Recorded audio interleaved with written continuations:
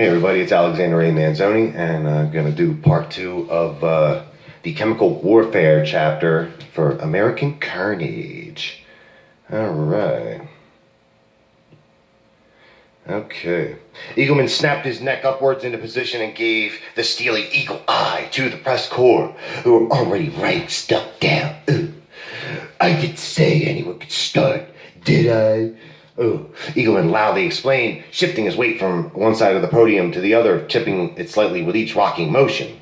And with that in mind, Eagleman withdrew a collapsible Texas Pete at the OK Corral heavy caliber 6-shooter from the best pocket of his coat and fired it into the ceiling. The Secret Service and the Republican Dark Card didn't seem to mind, so the press corps took that as a generally positive sign that the president was ready to do his job, as they say. Waldorf, Salty Johansson, leapt into action. At the signal, he mounted the podium. While Eagleman pivoted to the side on one foot like a basketball player. Little bits and fragments of gypsum rained down on Salty's head as he got his papers in order. He and the press acted like they didn't notice, which spurred Eagleman to roughly dust off Salty's chrome dome and exceedingly long head. The head of a horse, the head of a giraffe, the head of a man with his head stuck up his ass. Ooh, sounds like old Salty to me. Even Eagleman didn't like Salty, and he picked him out of a prospective crowd of thousands that applied for this cushy position. Ooh, referring to Jared Kushner, as opposed to the kind of weed. Eagleman said something to somebody. An intern came in with a super streamlined dustbuster to vacuum off the White House press secretary's head.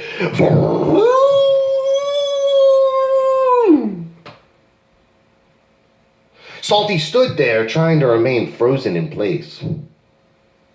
For every movement, every wetting of the lips, every blink he made was suspect to the fine-toothed combs of the censors, and it was a problem to be suspected of. Right? If there was a problem to be suspected of, you better believe they took care of it. Everything's fine. Oh shit. A hearty and altogether thick and long length of Salty Johansson's comb-over got caught in the mechanical whirring parts of the dustbuster. Salty's eyes went so wide it caused the press corps to doubly reciprocate, which led to a couple of them getting smashed in the backs of their skulls with Republican Guard rifle butts. Crack!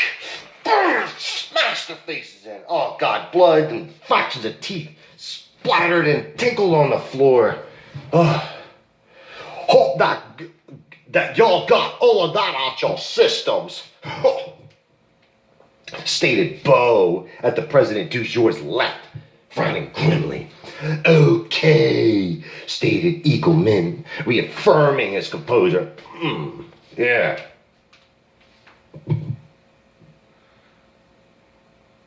Oh, shit. He immediately went back to the smiling shoveler of shit that he presented himself as to the public. Well, now, let's start by me asking me a question. How's that grab you? Oh, God. Nobody was shocked there. And anyway, yeah. Yes, Mr. President du jour, Eagleman, POTUS and Lord Almighty of land and sea and air and time. Yes, you with the amazing hair. You got such great hair. Oh my God, I just love your hair. His golden hairpiece was basically super glued on. It was literally made of gold. Some dude's fucking scalp and hair that was lopped off and subsequently dipped in 24-karat gold. It barely even looked like hair, and he wasn't fooling anybody. But tell that to the general public, a public constantly watched and scrutinized 24/7 by the Republican state. through tiny cameras in their electronic pads. Okay, the interview. Yes, said Eagleman, smiling sheepishly, rolling his eyes back like a vaudevillian performer circa 1,000,000 or so years ago. First thing I want to say is that there was no collusion between the RS and the Sino-Russian Empire. Zlotnick and his people, they're all good. I never met any of them. Never met anybody. None. But what about the recent alliance? An alliance does not constitute collusion. Not in my book. Anywho, back to the real meat of this thing. Yes, Europe. What are they gonna do? Europe. I'm looking at you, Europe. Oh, what should we do? Oh, I don't know. How about not sit on our fucking thumbs? Your thumbs like them Democrats want us to? How's about that? Oh, Mr. President, do your Eagleman, you card. And so, despite all intentions otherwise, I must announce to you, the country of American Americans, that World War III has been, shall we say, kick-started back into action. And as such, the draft will now be doubled. Doubled. Daily double, baby. Sure, in theory, only Congress could declare war. Not anymore, though. This was Eagleman's country now. I hope everyone enjoyed that. That is some American Carnage. And there'll be a lot more coming at you very soon.